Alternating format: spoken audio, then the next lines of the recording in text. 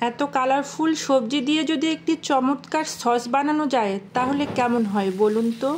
এই সসটা হবে সম্পূর্ণ চিনি ছাড়া এবং আপনারা ডায়েটকালীন সময়ে নির্ভয়ে খেতে পারেন, কারণ এই সস হবে পুষ্টিতে ভরা। আসসালামু আলাইকুম।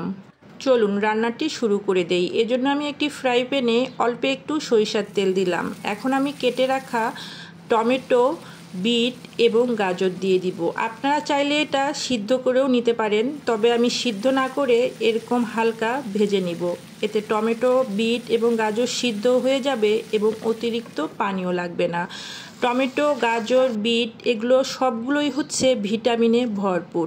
এর মধ্যে রয়েছে প্রচুর পরিমাণে অ্যান্টিঅক্সিডেন্ট, ফাইবার এবং শরীরের মেটাবলিজম ঠিক রাখে। আমি ঢাকনা দিয়ে বেশ কিছুক্ষণ রান্না করার পরে শেষের দিকে বেশি করে রসুন, এক টুকরো আদা, পেঁয়াজ, পরিমাণ মতো কাঁচামরিচ দিয়ে আবার বেশ কিছুক্ষণ ভেজে নিব এবং রান্নার শেষের দিকে আমি ফ্রেশ ধনিয়া পাতা এবং পুদিনা পাতা দিয়ে চুলার আঁচটা নিভিয়ে ঠান্ডা করে ব্লেন্ড করে নিব। এভাবে যদি একটু পোড়া পোড়া করে নেন তাহলে সসের মধ্যে একটি বারবিকিউয়ের ফ্লেভার চলে আসবে।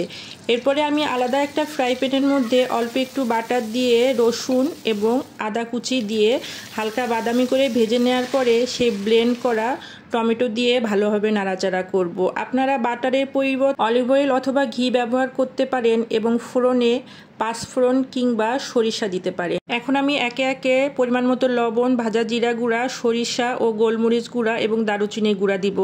আপনারা কিন্তু কোনোভাবেও চিনি ব্যবহার করবেন না এবং যারা টক পছন্দ করেন একটু তেঁতুলের পাল্প ব্যবহার করতে পারেন। অল্প আছে বেশ অনেক সময় নাড়াচাড়া করে পানিটা শুকিয়ে নিয়ে সসটা রেডি করতে হবে। যেহেতু এখানে কোনো প্রিজারভেটিভ ব্যবহার করিনি, অবশ্যই ফ্রিজে সংরক্ষণ করতে হবে এবং 7 দিনের বেশি রাখা যাবে না। তাহলে আর দেরি কেন, আজই বানিয়ে ফেলুন এই পুষ্টিকর ডায়েট সস আর খেয়ে ফেলুন সালাদের ড্রেসিং হিসেবে অথবা অন্য কোনো খাবারের সাথে। কেমন লাগলো আমার আজকের রেসিপি অবশ্যই কমেন্টস করে জানাবেন।